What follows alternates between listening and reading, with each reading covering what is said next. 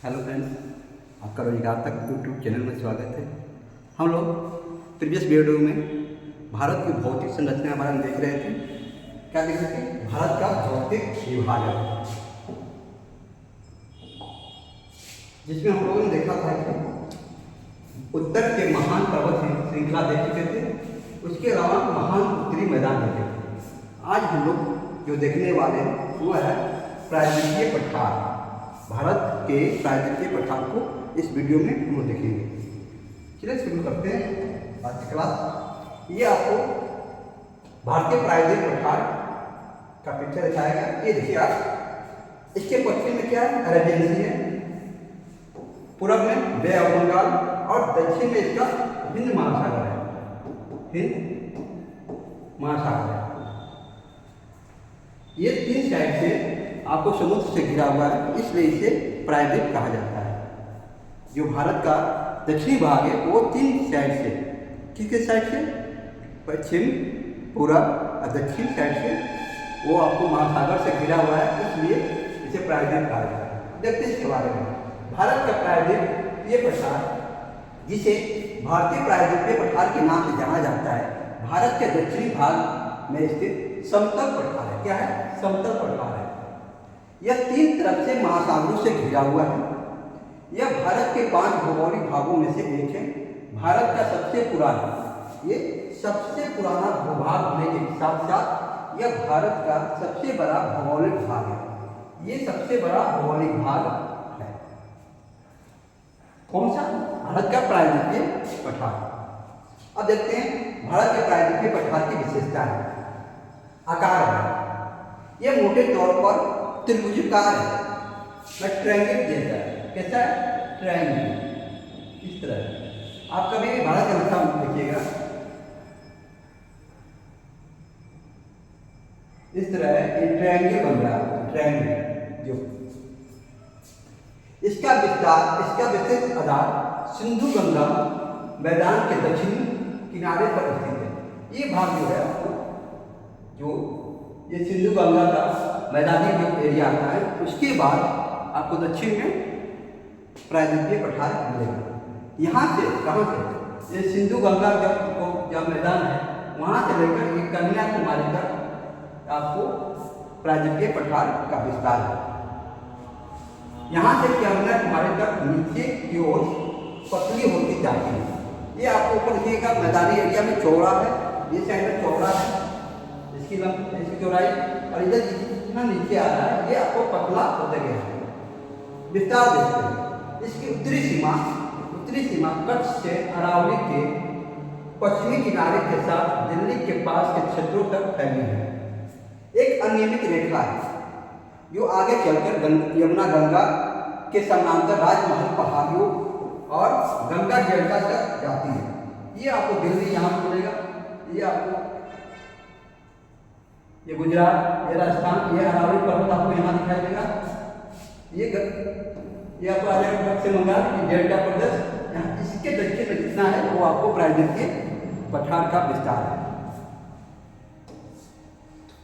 देखते हैं सीमाएं। यह तीनों तरफ से पहाड़ी श्रृंखलाओं से घिरा हुआ है। उत्तर में यह अरावली पर्वतमाला, विंध्य, सतपुड़ा, बाड़मेर और राजमहल पहाड़ियों से घिरा है। इसकी उत्तरी जो सिरा है वो आपको अरावली पर्वत श्रृंखला, विंध्य, सतपुड़ा, बाड़मेर और राजमहल पहाड़ियों से घिरा है। पश्चिम में यह पश्चिमी घाट से घिरा हुआ है, पूर्व में यह पूर्वी घाट से घिरा हुआ है। अब ये देखिएगा,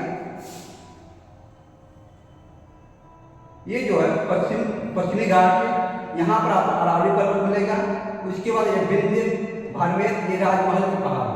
ये आपको पूर्वी घाट है, ये पश्चिमी घाट, ये पूर्वी घाट,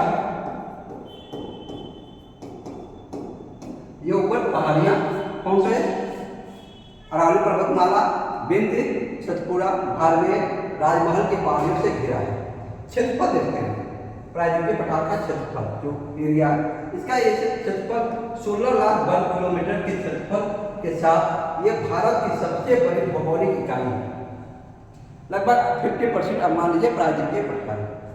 भारत के प्रायद्वीपीय पठार का क्षेत्रफल देश के लगभग आधे क्षेत्रफल के बराबर है। अब देखते हैं रचना इसकी, ये किस तरह क्रिएट हुआ था। यह पुराना सारणीबद्ध ब्लॉक सिस्टम था। ब्लॉक पर्वत आर्कियन उत्पत्ति से बना है।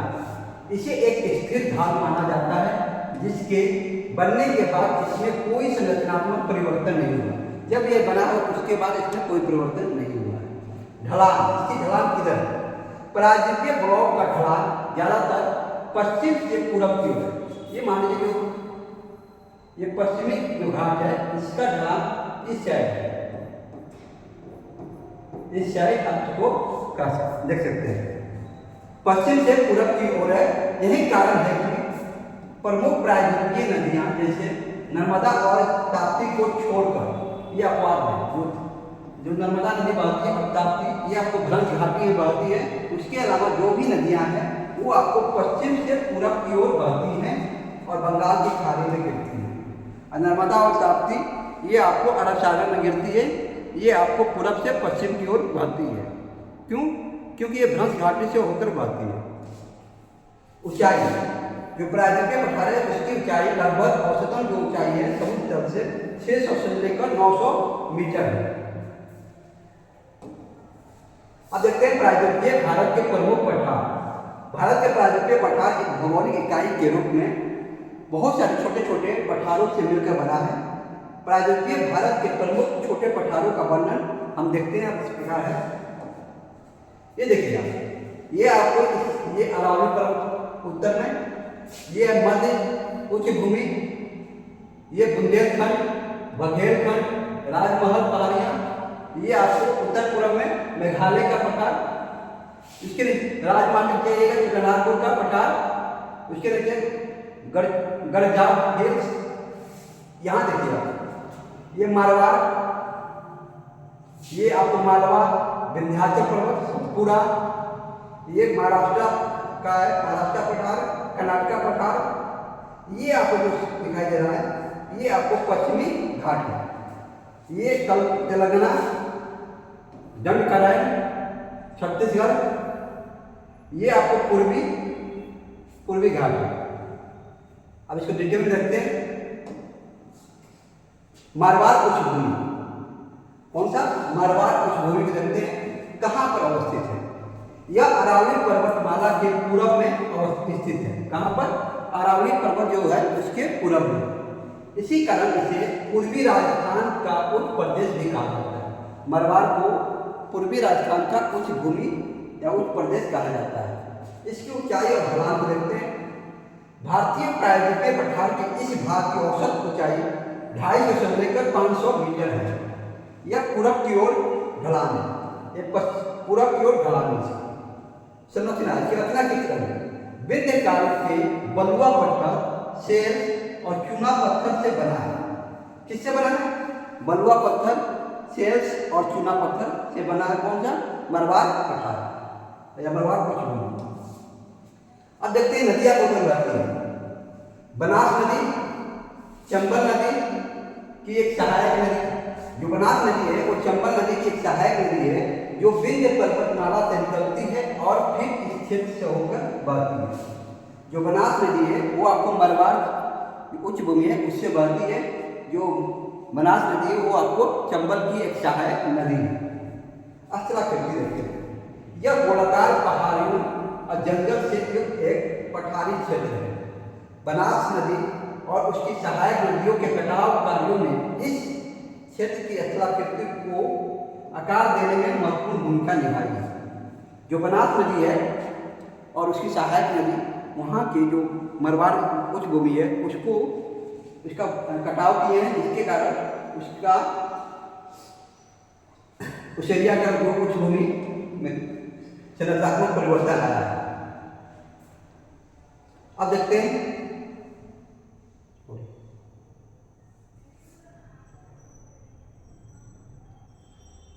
मध्य भारत उच्च भूमि। कौन सा? मध्य भारत उच्च भूमि। ये कहाँ पर है? यह मरवार उच्चभूमि के पूरब में स्थित है। कहाँ पर? जो मरवार उच्चभूमि है, जो पूर्वी राजस्थान प्रदेश है, उसके पूरब में स्थित है। इसका अधिकांश भाग चंबल नदी बेसिन में स्थित है। किसका? जो मध्य उच्चभूमि है उसका, मध्य भारत उच्चभूमि का। इसकी रचना प्रायद्वीपीय पठार का यह भाग पुरानी चट्टानों और बीच बीच में बलुआ पत्थर से बनी गोलाकार पहाड़ियों से बना है। इसमें जो नदियां बहती हैं उसमें है चंबल नदी मुख्य है। चंबल नदी इस क्षेत्र से होकर एक दरार घाटी में बहती है। मतलब जो चंबल नदी है वो एक घाटी से होकर बहती है। स्थलाकृति, कैसा स्थलाकृति है? यह एक खुला लुढ़कता पठार है। चंबल नदी के खड़ और बंजर भूमि यहाँ मिलते हैं। कहाँ पर? मध्य भारत की कुछ भूमि में। अब देखते हैं बुंदेलखंड पठार, ये कहाँ स्थित है? ये उत्तर में यमुना नदी, पश्चिम में मध्य भारत उच्चभूमि पठार, पूरब और दक्षिण पूर्व में विंध्य पर्वतमाला और दक्षिण में मालवा पठार से घिरा है। जो आपका बुंदेलखंड पठार है वो आपको उत्तर में यमुना नदी, पश्चिम में मध्य भारत उच्च पठार, उसके अलावा पूरब और दक्षिण पूर्व में विंध्य पर्वतमाला और दक्षिण में मालवा पठार से घिरा हुआ है आपको बुंदेलखंड पठार। इसका विस्तार उत्तर प्रदेश और मध्य प्रदेश की सीमा और दोनों राज्यों के आसपास के क्षेत्रों में फैला हुआ है। जो बुंदेलखंड पठार है आपको उत्तर प्रदेश और मध्य प्रदेश की सीमा पर मिल सकता है। इसकी ऊंचाई और ढलान देखते हैं। इसकी समुद्र तल से औसत ऊंचाई 300 से लेकर 600 मीटर है। कितना? 300 to 600 मीटर बुंदेलखंड की औसत ऊंचाई है समुद्र तल से, सी लेवल से। और पठार विंध्य पर्वत से यमुना नदी की और नीचे की ओर ढलान वाला है। ये आपको विंध्य पर्वत जो है उससे लेकर यमुना नदी की साइड में इसकी ढलान है। इसकी संरचना देखते हैं। यह एक पुरानी विच्छेदित उच्च भूमि है। क्या? कटाव, इसमें विच्छेदित होता है नदियों के द्वारा, कटाव या हवाओं के द्वारा। यह विच्छेदित उच्च भूमि है जो ग्रेनाइट और नीस से मिलकर बनी बुंदेलखंड नीस से बनी है। यह है आपको जो बुंदेलखंड है ये आपको ग्रेनाइट और नीस से मिलकर बनी है। इस क्षेत्र में बहने वाली प्रमुख नदी बेतवा, धसान और केन है। इसकी स्थलाकृति वृद्ध स्थलाकृति है। वृद्ध स्थलाकृति भारतीय प्रायद्वीप पठार के इस क्षेत्र की विशेषता है। इस क्षेत्र में बहने वाली नदियों के कटाव कार्य ने इस क्षेत्र को लहरदार अर्थात लहर जैसी सतह बना दिया है। इसलिए खेती के लिए ये अनुपयुक्त है। इसके अलावा यह क्षेत्र ग्रेनाइट, बलुआ पत्थर से बनी पहाड़ियों की एक श्रृंखला द्वारा चिन्हित की जाती है। किससे? ग्रेनाइट और बलुआ पत्थर द्वारा बनी पहाड़ियों से चिन्हित की जाती है।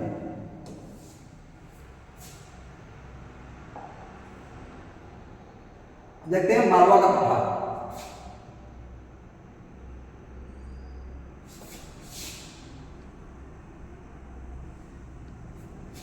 मालवा का पठार, इसकी स्थिति कहाँ है? ये एक त्रिभुजाकार पठार है। कौन? मालवा का पठार एक त्रिभुजाकार पठार है, त्रिभुज की तरह। इसका आधार उत्तर में विंध्य पहाड़ियों पर स्थित है और पश्चिम में अरावली पर्वतमाला और पूर्व में इसके बुंदेलखंड से घिरा हुआ है। देख लीजिए, उत्तर में क्या है? विंध्य पर्वत श्रेणियां हैं, पश्चिम में अरावली और पूर्व में बुंदेलखंड। यह पठार दक्कन ट्रैप का विस्तार है। इसकी ऊंचाई देखते हैं। इसकी सामान्य ऊंचाई दक्षिण में 600 मीटर, जो उत्तर में 500 मीटर तक गिर जाती है। मतलब ढलान तक किधर है? उत्तर साइड में। दक्षिण में ऊंचा है और उत्तर में इसकी ढलान है। संरचना देखते हैं। इसका निर्माण बेसाल्टिक लावा प्रवाह से हुआ है। इससे बेसाल्ट से, इसलिए यह काली मिट्टी से ढका हुआ है। जो मालवा का पठार है वहां आप काली मिट्टी देख सकते हैं। अब देखते हैं नदियां। यह दो जल निकासी प्रणालियों द्वारा प्रवाहित है। कौन कौन?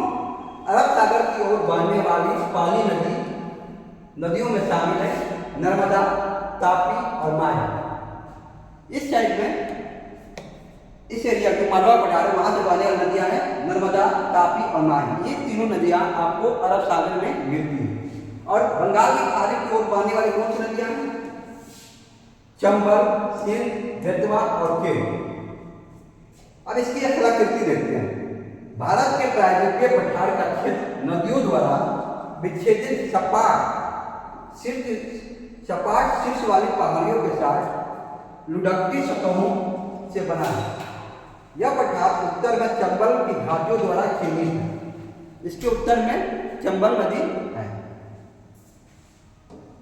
अब देखते हैं बघेलखंड पठार। इसको बघेलखंड पठार, इसकी ये कहाँ पर है? यह मैकाल पर्वतमाला के पूर्व में स्थित है। कौन सा?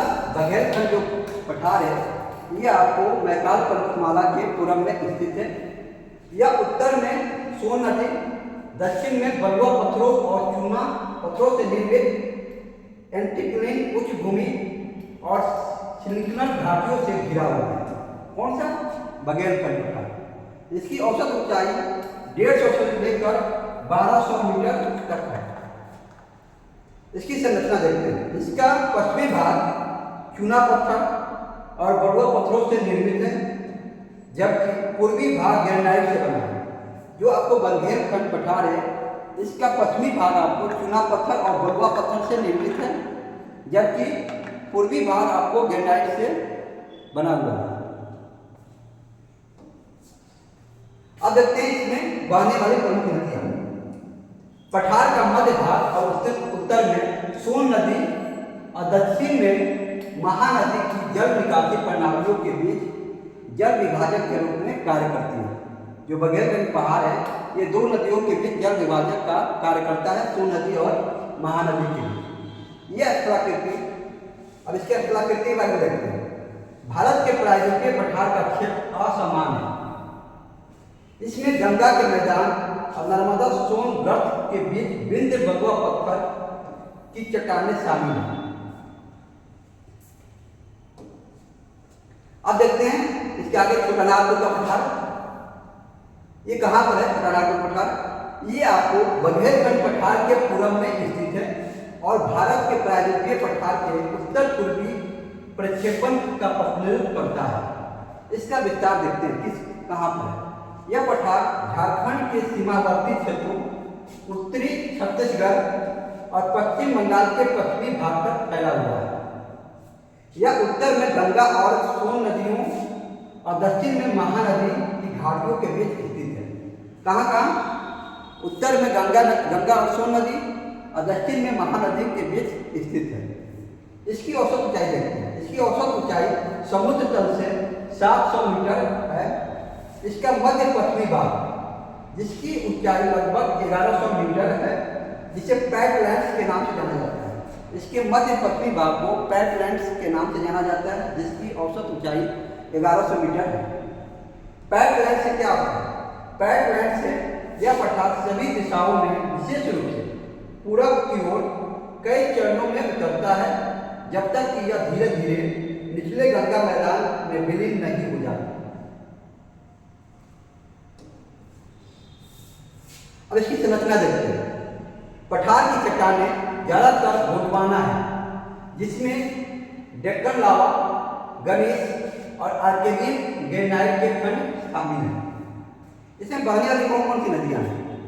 इस पठार की अरीय जल निकासी पैटर्न पाया जाता है। इसमें अरीय जल निकासी पैटर्न पाया जाता है। और ये जल निकासी आपको जब नदियों बारे में पढ़ाया जाएगा तो उसमें बताया जाएगा, जिसमें विभिन्न दिशाओं में, और ये में क्या होता है, विभिन्न दिशाओं में अनेक नदियां और जलधाराएं बहती हैं।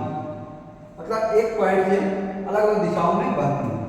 इस क्षेत्र में बहने वाली प्रमुख नदियां हैं सोन नदी, दामोदर, स्वर्णरेखा, उत्तर कोयल, दक्षिण कोयल और बराकर नदी यहाँ की प्रमुख नदियां हैं। अब देखते हैं प्रमुख भौगोलिक विशेषताएं प्रायद्वीपीय भारत की।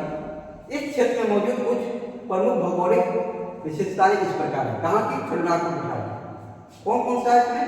हजारीबाग पठार। पहला देखते हैं हजारीबाग पठार। यह दामोदर नदी के उत्तर में स्थित है। कहाँ पर? जो हजारीबाग पठार है, यह आपको दामोदर नदी के उत्तर में स्थित है। यह पठार, इस पठार में पारसनाथ पहाड़ियों जैसी पृथक पहाड़ियाँ शामिल हैं। तो पारसनाथ पहाड़ी कहाँ पाई जाती है? हजारीबाग पठार में। यद्यपि यह एक पठार है, लेकिन बड़े पैमाने पर हुए कटाव के कारण यह एक प्रायद्वीपीय मैदान जैसा दिखाई देता है। कौन सा? हजारीबाग का पठार। अब देखते हैं अगला, रांची का पठार। यह दामोदर घाटी के दक्षिण में स्थित है। कहाँ? दामोदर घाटी के दक्षिण में, साउथ में। पठार की सतह ढलानदार है तथा कुछ क्षेत्रों में मोनाटोनस और शंकुआकार पहाड़ियां हैं। मतलब शंकु की तरह, शंकु देखिए आप इस तरह, ये कूपी होता है ना, इस टाइप का शंकुआकार। इस पठार का पश्चिमी भाग पार्ट्स और मेसस से बना है, जो लैटेराइट से घटे उच्च क्षेत्र है। अब अगला देखते हैं राजमहल की पहाड़ियाँ। जो हजारीबाग पठार है, छोटा नागपुर पठार, उसे 3 भागों बांटा गया: हजारीबाग, रांची का पठार और राजमहल की पहाड़ियाँ। यह छोटा नागपुर पठार के उत्तर पूर्वी किनारे पर स्थित है। यह मुख्यतः बेसाल्टिक लावा से बना है। जो राजमहल की पहाड़ियाँ हैं, आपको बेसाल्टिक लावा से बना है। इसके और स्थिति देखते हैं। यह देश के उत्तर पूर्वी भाग में स्थित है। जो राजमहल की पहाड़ियाँ हैं, ये आपको देश के उत्तर पूर्वी भाग में स्थित है। यह उत्तर में ब्रह्मपुत्र घाटी और दक्षिण में सुरमा और मेघना घाटियों से घिरा हुआ है। उत्तर में ब्रह्मपुत्र घाटी और दक्षिण में सुरमा और मेघना घाटियों से घिरा है जो राजमहल की पहाड़ियाँ हैं। इसकी संरचना देखते हैं। संरचना, यह राजमहल पहाड़ियों से परे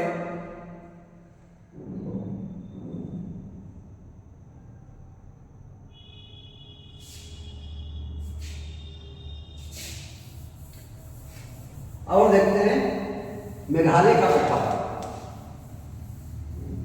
मेघालय का पठार ये कहाँ स्थित है? यह उत्तरी पूर्वी भाग में स्थित है। यह आपको उत्तर में ब्रह्मपुत्र घाटी, दक्षिण में सुरमा और मेघना घाटियों से घिरा है। कौन सा? मेघालय का पठार या शिलोंग का पठार। इसकी संरचना देखते हैं। यह राजमहल पहाड़ियों से परे उत्तर पूर्वी दिशा में भारत के प्रायद्वीपीय पठार के विस्तार से निर्मित एक आयताकार खंड है। हिमालय पर्वतीय क्षेत्र के दौरान इंडो ऑस्ट्रेलियाई प्लेट की उत्तर पूर्वी दिशाओं में गति के कारण मेघालय पठार और राजमहल पहाड़ियों के बीच एक विशाल दरार उत्पन्न हुई। इसके कारण जब इंडो ऑस्ट्रेलियाई प्लेट की उत्तर पूर्व की दिशा में गति करने के कारण जो मेघालय का पठार और राजमहल की पहाड़ियों के बीच एक गर्त उत्पन्न हुआ, जिसे मालदा गैप या गारो राजमहल गैप के नाम से जाना जाता है। मालदा गैप और गारो राजमहल गैप के नाम से जाना जाता है। किसे? जब इंडो ऑस्ट्रेलियाई प्लेट उत्तर पूर्व दिशा की ओर अपना खिंचाव किया, आगे बढ़ा, तो मेघालय के पठार और राजमहल की जो पठार है उसके बीच में एक गर्त उत्पन्न हुआ, जिसने इसे भारतीय प्रायद्वीप से अलग कर दिया। किसको? मेघालय के पठार को। यह गैप धीरे धीरे पास की नदियों के निक्षेपों के कारण भरती गई। नदियाँ जब निक्षेप अवसाद लेके आई तो उसको, उस गैप को भर दी, उस दरार को भर दी।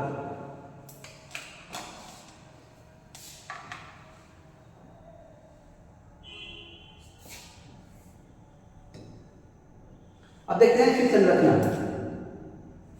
यह पठार मुख्यतः आर्कियन या धारवारियन क्वार्ट्ज शेल और शिस्ट से बना है। इसकी स्थलाकृति, यह एक भव्य पठार है जिसमें घास के मैदान, जो मेघालय का पठार है इसमें घास के मैदान, पहाड़ियाँ और नदी घाटियाँ मिलती हैं। इसकी भौगोलिक विशेषताएं देखते हैं। इसमें इसको 3 भागों में देख सकते हैं। पहला, गारो हिल्स, खासी जयंतिया पहाड़ियाँ और मिकिर हिल्स। पहला देखते हैं गारो हिल्स क्या है। मेघालय पठार का पश्चिमी भाग गारो हिल्स, जिसकी ऊंचाई लगभग 900 मीटर के, उसको नाम से जाना जाता है। जो मेघालय पठार का पश्चिमी हिस्सा है उसे गारो हिल्स के नाम से जाना जाता है। मेघालय पठार का मध्य भाग खासी जयंतिया पहाड़ियों के नाम से जाना जाता है, जिसकी औसत ऊंचाई 1500 मीटर है। और मेघालय पठार के पूर्वी भाग को मिकिर पहाड़ी के नाम से जाना जाता है, जिसकी औसत ऊंचाई 700 मीटर है। अब आगे देखते हैं दक्कन का पठार। दक्कन का पठार, इसकी और स्थिति देखते हैं कहां पर है, कैसा है। जो दक्कन का पठार है वो आपको दक्कन का पठार त्रिभुजाकार है। यह एक त्रिभुजाकार पठार है जो उत्तर पश्चिम में सतपुड़ा, बिंद, उत्तर में महादेव और मैकाल, पश्चिम में पश्चिमी घाट और पूरब में पूर्वी घाट से घिरा है। इसका क्षेत्रफल देखते हैं, इसका दक्कन का पठार का। यह लगभग 5 लाख वर्ग किलोमीटर क्षेत्रफल के साथ यह पठार भारतीय प्रायद्वीप पठार की सबसे बड़ी इकाई है। कौन सा? दक्कन का पठार।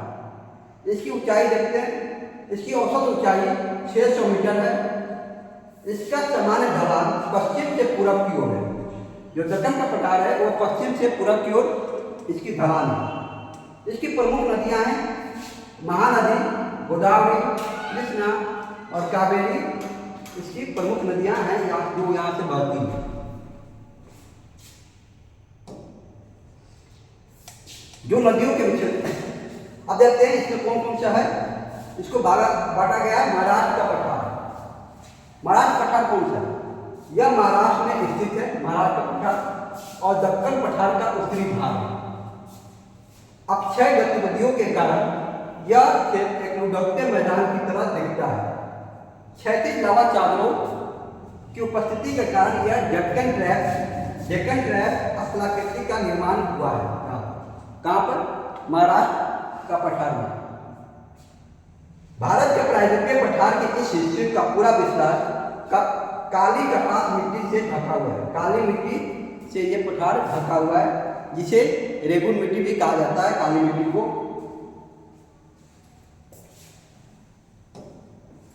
यह महाराष्ट्र के दक्षिण में स्थित है। कौन सा? कर्नाटक का पठार, या बगल देखते हैं कर्नाटक का पठार।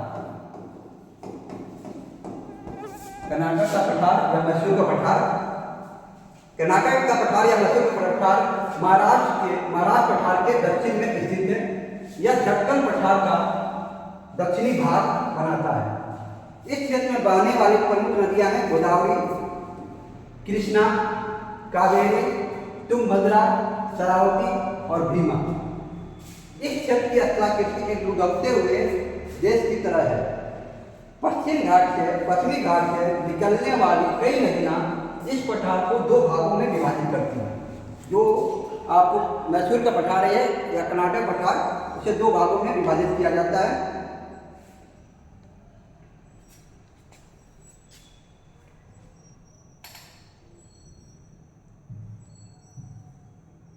पहला है मलनाड। कौन सा? मलनाड।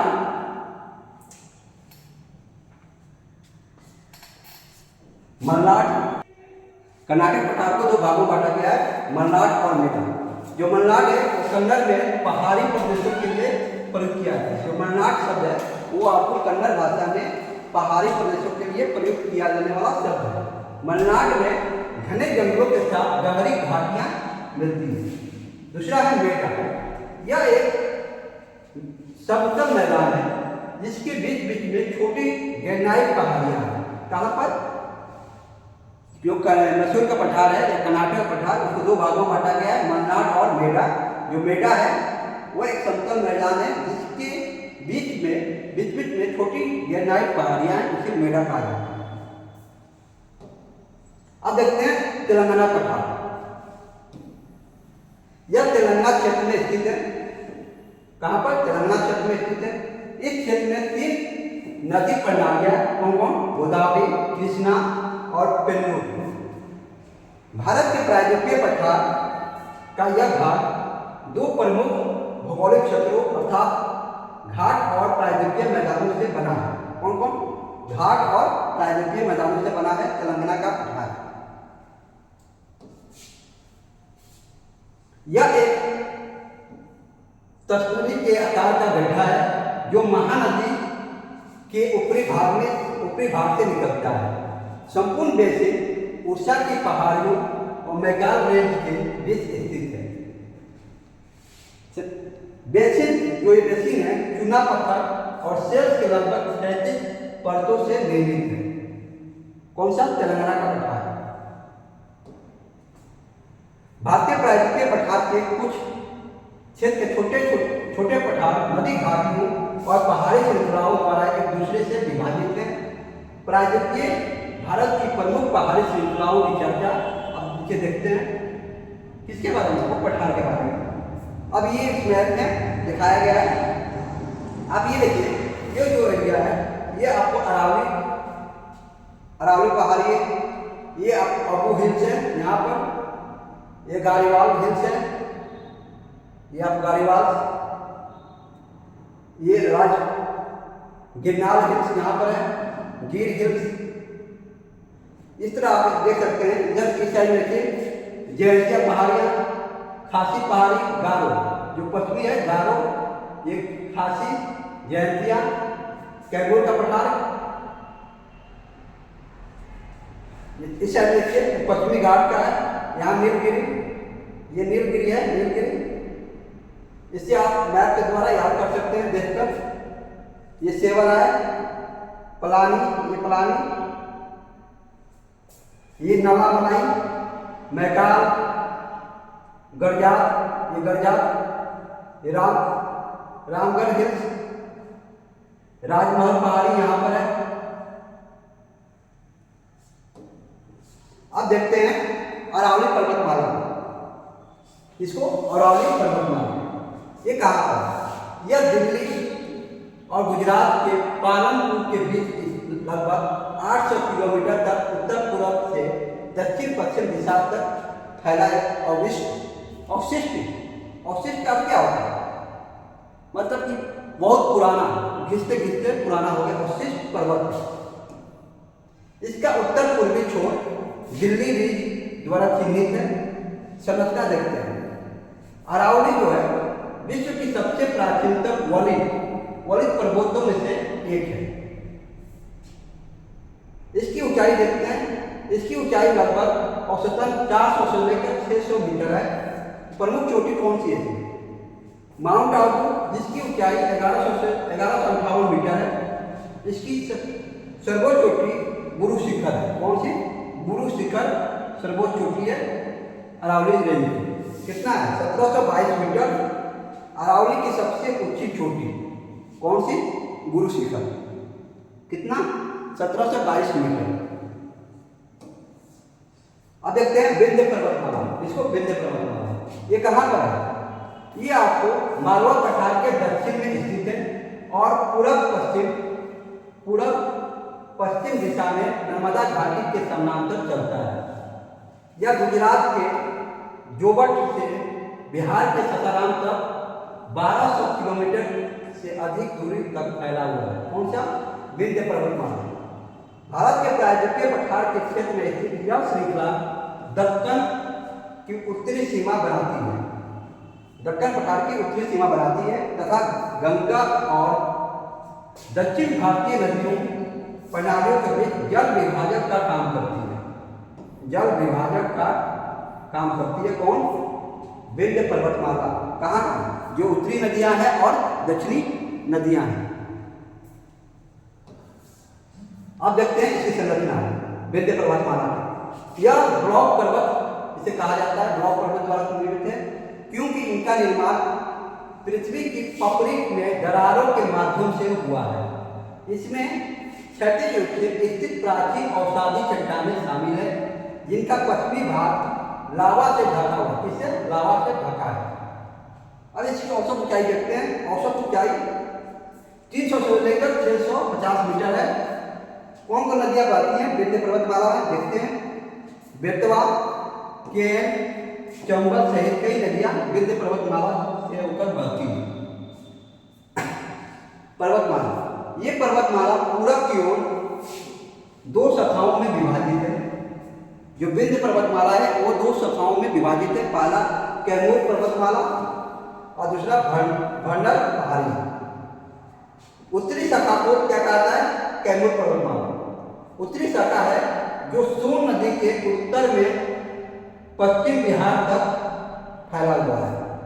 अब भंडर पहाड़ी दक्षिणी शाखा है जो सोन और नर्मदा घाटियों के ऊपरी भाग के बीच से होकर सतपुड़ा पर्वतमाला से मिलती है।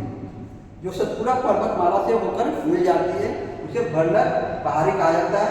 इस जो भंडर पहाड़ी के उत्तर में कौन सा है? सोन नदी, और दक्षिण में नर्मदा नदी। अब देखते हैं सतपुड़ा, इसके बारे में। सतपुड़ा पर्वतमाला,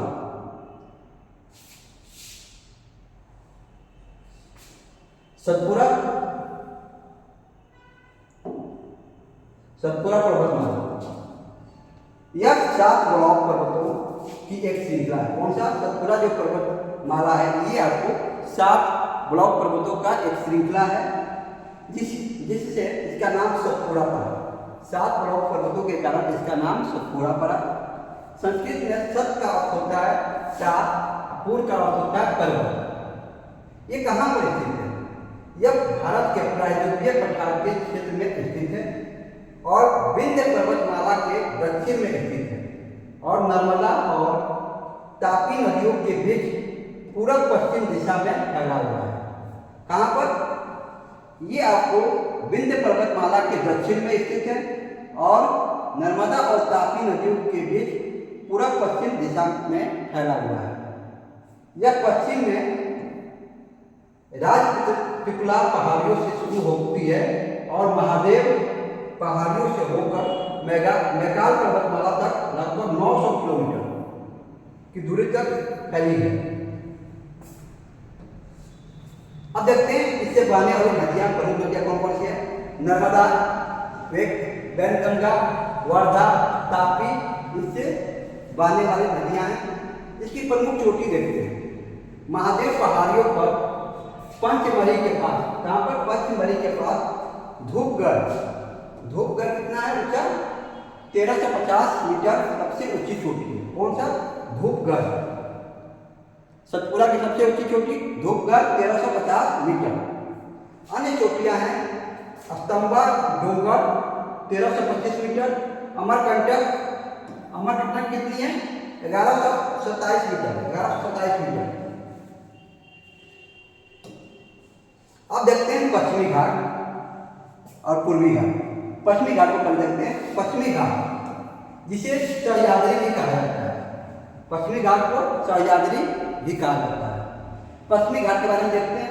पश्चिमी घाट जिसे सह्याद्री के नाम से भी जाना जाता है, यह पर्वत श्रृंखला जो भारत के प्रायद्वीपीय पठार के पश्चिमी तट के समांतर चलती है। कहाँ पर है? ये जो भारत का पश्चिमी हिस्सा है, ये पश्चिमी हिस्सा आपको,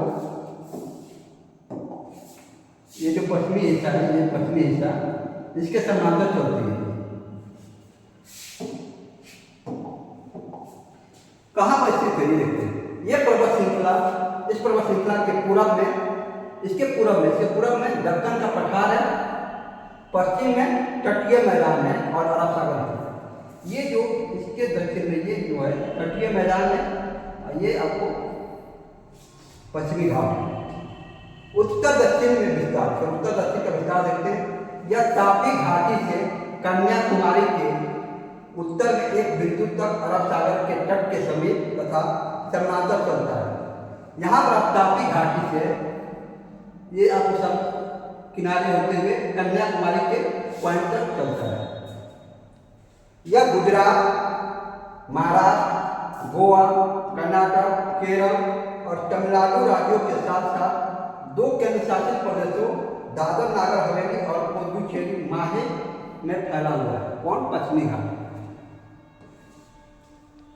स्थलाकृति देखते हैं।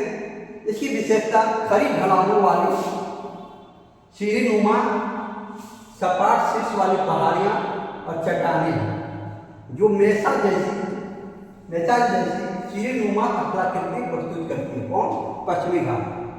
इसका ढलान देखते हैं। ढलान, पश्चिमी घाट की ढलान, ये आप ढलान जब देखिएगा इस तरह, इधर आपको ये ऊंचा दिखाई देगा, ये ऊंचा, ये भाग आपको ऊंचा है, इस तरह ढलान पूरा की साइड में है। ये आपको इस साइड में ऊंचा है, ये ऊंचा है, ये इससे ढलान चला गया है। अब देखते हैं पश्चिमी घाट पश्चिमी तट के मैदान से पश्चिम तरफ अचानक ऊपर उठते हुए, हालांकि पूरे पूर्वी तरफ और धीरे धीरे ढलान की तरफ है। करनी का अक्सर इस तरह है, यहाँ पे खड़ा है पश्चिम में और इस तरह धीरे धीरे ढलान है। ये आपको तटीय मैदान है, तटीय जो भारत का, ये आपको पश्चिमी घाट का इस तरह ढलान है। ये पूरब हो गया, पूरब, ये पश्चिम,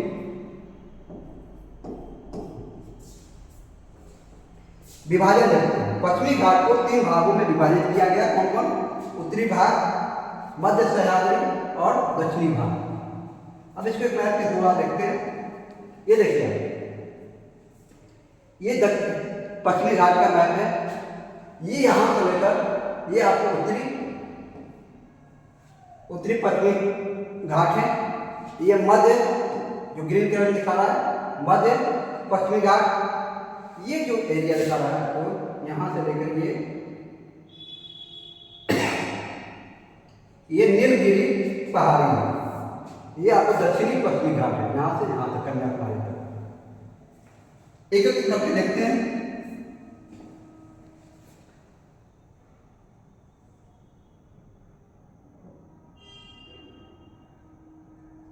पहला देखते हैं उत्तर पश्चिमी घाट, जिसे उत्तरी सह्याद्री कहा जाता है।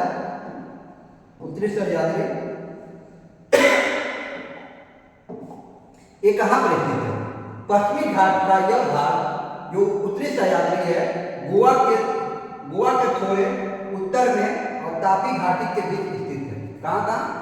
तापी घाटी से लेकर गोवा तक ये अवस्थित है। इसकी संरचना देखते हैं। जो उत्तरी सह्याद्री है उसकी संरचना दक्कन के अलावा क्षैतिज परतों से बना है, जो पश्चिमी तटीय मैदानों के साथ एक भव्य दीवार का निर्माण करता है। एक दीवार की भांति ये दिखाई देता है। कहाँ से? तटीय मैदानों से। प्रमुख चोटियाँ देखते हैं इसका। कलसुबाई 1646 मीटर, सलहेर जो कि आपको 1567 मीटर है, महाबलेश्वर 1438 मीटर, हरिश्चंद्रगढ़ ये आपको 1424 मीटर है, जो आपको उत्तरी सह्याद्री में पाया जाता है। उत्तरी सह्याद्री में आपको 2 दर्रे मिलेंगे, खाल घाट और भोर घाट। कहाँ पर? उत्तरी सह्याद्री में। ये आपको गोवा और तापी घाटी के बीच में स्थित है। ये पश्चिमी तटीय मैदान और दक्कन के पठार के बीच मार्ग प्रदान करता है। कौन सा? खाल घाट और भोर घाट। दूसरा देखते हैं मध्य पश्चिमी घाट, मध्य सह्याद्री। इसकी अवस्थिति कहाँ है? जो पश्चिमी घाट का यह भाग 16 डिग्री उत्तरी अक्षांश से नीलगिरी पहाड़ियों तक फैला हुआ है। 16 डिग्री उत्तरी अक्षांश से लेकर नीलगिरी पहाड़ियों तक फैला हुआ है मध्य सह्याद्री। इसकी संरचना देखते हैं कैसे बना है। ग्रेनाइट और नीस से बना है। इसकी महत्वपूर्ण चोटियाँ कौन सा है? डोडा बेटा कितना है? डोडा बेटा 2637 मीटर, मकुर्ती 2554 मीटर, वाबुल माला 2339 मीटर, कुदेर आपको 1892 मीटर। इसके अलावा पुष्पगिरी 1714 मीटर। ये आपको मध्य सह्याद्री में मिलेगा। अब देखते हैं नीलगिरी पहाड़।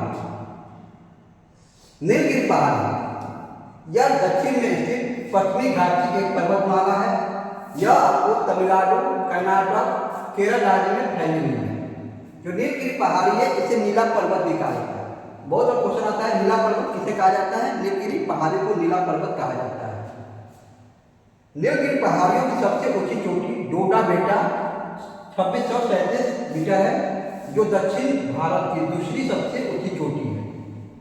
इसको पश्चिमी घाट और पूर्वी घाट का मिलन स्थल भी कहा जाता है। किसको? नीलगिरी पहाड़ी को पश्चिमी घाट और पूर्वी घाट का मिलन स्थल भी कहा जाता है। अब अगला देखते हैं दक्षिणी पश्चिमी घाट या दक्षिणी सह्याद्री। ये कहाँ स्थित है?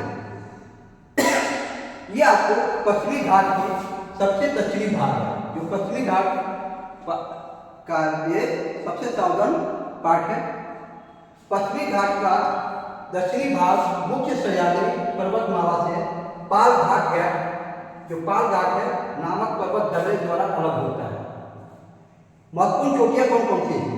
अनाईमुडी 2695 मीटर। ये आपको प्रायद्वीपीय भारत की सबसे ऊंची चोटी है। कौन सी? अनाईमुडी। प्रायद्वीपीय पठार क्षेत्र के साथ साथ ये पूरे दक्षिणी भारत का सबसे ऊंची चोटी है। कौन सी? अनाईमुडी सबसे इंपोर्टेंट है। दक्षिण भारत की सबसे ऊंची चोटी अनाईमुडी कितनी है? 2695 मीटर। अब देखते हैं महत्वपूर्ण पहाड़ियां इस क्षेत्र में।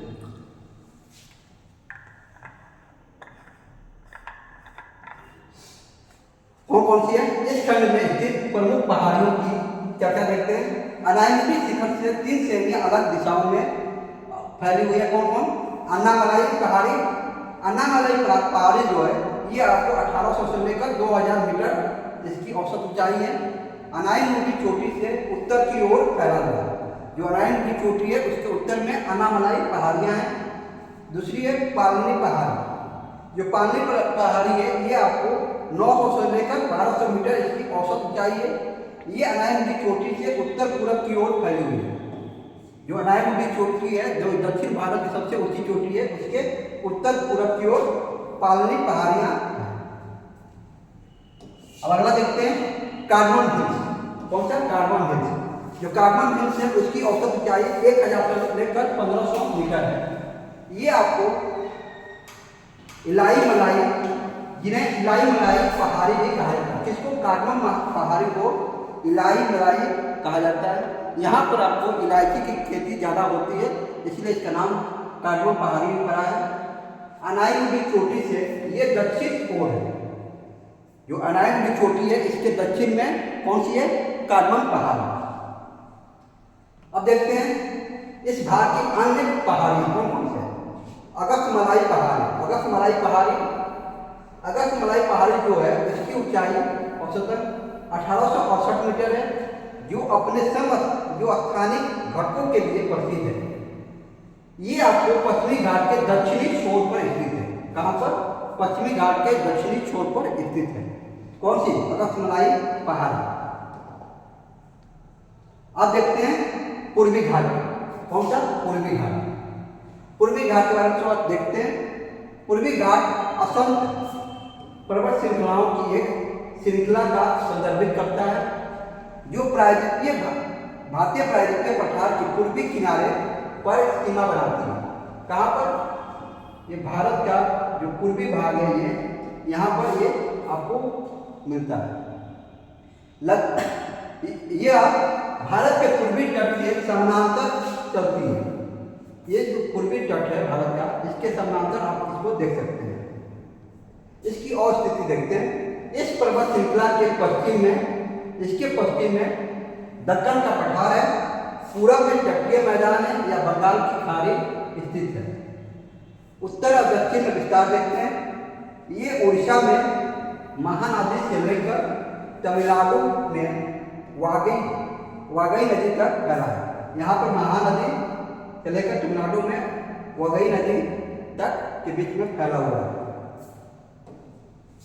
ये देखिए मैप के द्वारा, ये उड़ीसा राज्य तेलंगाना, आंध्रा, तमिलनाडु, ये आप देख सकते हैं पूर्वी घाट के क्षेत्र को। अब इसकी स्थलाकृति देखते हैं। पश्चिमी घाटों के विपरीत पूर्वी घाट एक सतत श्रृंखला नहीं है, मतलब कंटिन्यूअस श्रृंखला नहीं बनाती है, कहीं पर है कहीं पर नहीं है। ये अत्याधिक टूटी हुई अलग अलग पहाड़ियों का एक श्रृंखला से मिलकर बने विभाजित। इसको कितने भागों में विभाजित किया जाता है? इसे 2 भागों में विभाजित किया जाता है। कौन कौन देखते हैं?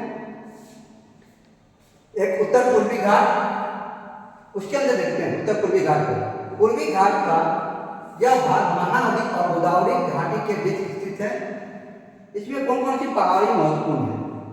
पहला है मालिया रेंज, जिसके अंदर महेंद्रगिरी, जिसकी ऊंचाई 1501 मीटर है। मालिया रेंज की सबसे ऊंची चोटी कौन सी है? महेंद्रगिरी, 1501 मीटर। दूसरा है मधुकुला रेंज, मधुकुला रेंज। इस श्रेणी की कुछ अन्य महत्वपूर्ण चोटियां हैं। Armakonda 1680 metre, Galikonda 1643 metre, Sinkarama Gutta 1620 metre आदि किसके अंदर आती है?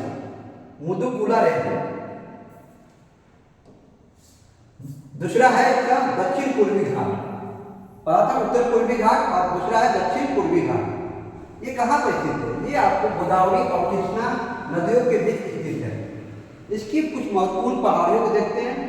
नालामलाई पहाड़ी रेंज, नालामलाई रेंज। नालामलाई पहाड़ी पर्वतमाला के दक्षिणी भाग को पालकोंडा कहा जाता है। जो नालामलाई का दक्षिणी भाग है उसको पालकोंडा कहा जाता है। जावरी हिल्स, ये जो पहाड़ी आपको उत्तरी तमिलनाडु में स्थित है। जो जावरी पहाड़ी है ये आपको तमिलनाडु के उत्तरी भाग में स्थित है। सेवराय कालरायन हिल्स, सेवराय कालरायन हिल्स ये आपको तमिलनाडु में स्थित है। कहाँ पर? तमिलनाडु में। बिलगिरी रंगन हिल्स, बिलगिरी रंगन हिल्स ये पहाड़ी आपको कर्नाटक और तमिलनाडु की सीमा पर स्थित है। इसके दक्षिणी छोर पर पूर्वी घाट और पश्चिमी घाट विलीन हो जाते हैं। कहाँ पर? बिलगिरी हिल्स के बाद ये आपको नीलगिरी पहाड़ियों में मिल जाते हैं। अब देखते हैं प्रायद्वीपीय पठार का महत्व। भारत के प्रायद्वीपीय पठार का महत्व क्या महत्व है? भारतीय उपमहाद्वीप के सबसे प्राचीन और सबसे स्थिर भूभाग के रूप में भारत का प्रायद्वीपीय पठार कई महत्व रखता है। क्या करें? पहला है खनिज संसाधन। यह पठार भारी मात्रा में खनिज संसाधनों से भरपूर है, समृद्ध है। यहाँ पर आप लोहा, तांबा, मैग्नीज, बक्साइट, क्रोमियम, अब्रक, सोना आदि के खंडार देख सकते हैं। दूसरा है कोयला के भंडार के लिए ये महत्व रखता है। इस क्षेत्र में देश के गोंडवाना कोयला भंडार का 98% हिस्सा मौजूद है। कहाँ पर? प्रायद्वीपीय पठार में। आगे देखते हैं कृषि के लिए। यह क्षेत्र काली मिट्टी से ढका है, जो कि कपास, चाय, कॉफी, रबर, बाजरा आदि जैसी कई फसलों के लिए उत्पादन के लिए उपयुक्त पाया जाता है। अगला है वन उत्पादन, वानिकी से संबंधित। वनों से परिपूर्ण होने के कारण यह क्षेत्र लकड़ी आदि वन उपज की प्रचुर मात्रा का स्रोत है। कौन सा? प्रायद्वीपीय पठार। नदियाँ, इन क्षेत्रों की नदियाँ जल विद्युत उत्पादन के लिए महान अवसर प्रदान करती हैं और फसलों के सिंचाई के लिए सुविधा प्रदान करती हैं। कौन सी? प्रायद्वीपीय पठार की नदियाँ। अगला है पर्यटन के लिए। जो प्रायद्वीपीय पठार है वो पर्यटन के लिए बहुत उपयोगी है। यहाँ देखते हैं क्या क्या है। ऊटी, केरल में आप ऊटी देख सकते हैं। पंचमढ़ी आपको मध्य प्रदेश में, कोडाई कनाल, महाबलेश्वर, माउंट आबू जैसे अनेक प्राकृतिक सौंदर्य वाले स्थान आप प्रायद्वीपीय पठार में देख सकते हैं। ये रहा आपके प्रायद्वीपीय पठार के बारे में कुछ महत्वपूर्ण तथ्य जो कि इस वीडियो में दिखाया गया, बताया गया आप लोग को। आशा करता हूँ ये वीडियो आप लोग को अच्छा लगा हो। तो नेक्स्ट वीडियो में हम लोग तटीय मैदान और द्वीप समूह को लेकर आएंगे। Thank you.